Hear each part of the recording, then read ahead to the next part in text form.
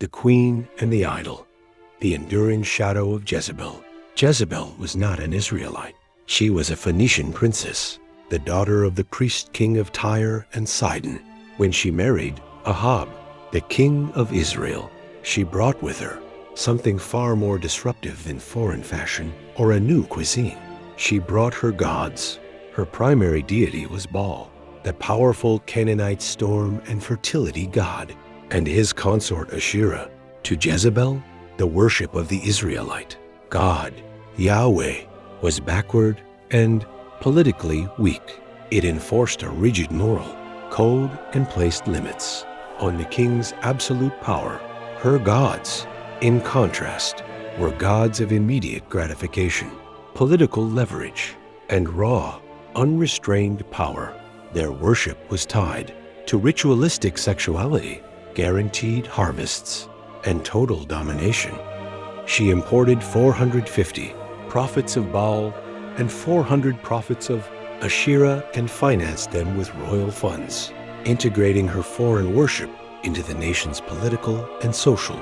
She aggressively persecuted and massacred the prophets of the Israelite God, ensuring that no opposing voice could challenge the new state-sponsored idol, the perfect symbol of Jezebel's manipulative power and the ruthless nature of her gods. Is the story of Naboth's vineyard.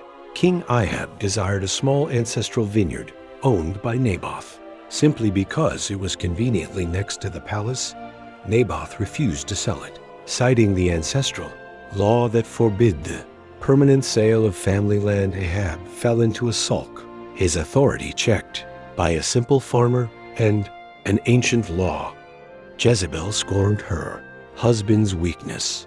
She saw her husband's longing as a legitimate right of absolute kingship, a right to be seized regardless of morality. The laws of the land were to be bent to serve the idol of the crown's desire. Jezebel took control. She wrote official letters in Ahab's name, sealed with a royal seal. She ordered the city elders to stage a false trial. She bribed 2 false witnesses to accuse Naboth of blaspheming God, and the king. Naboth was found guilty and promptly stoned to death.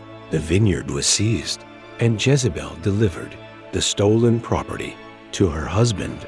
Here, Jezebel's primary idol was the idol of the absolute will. She saw law, morality, and even life itself as disposable tools to achieve her desired end.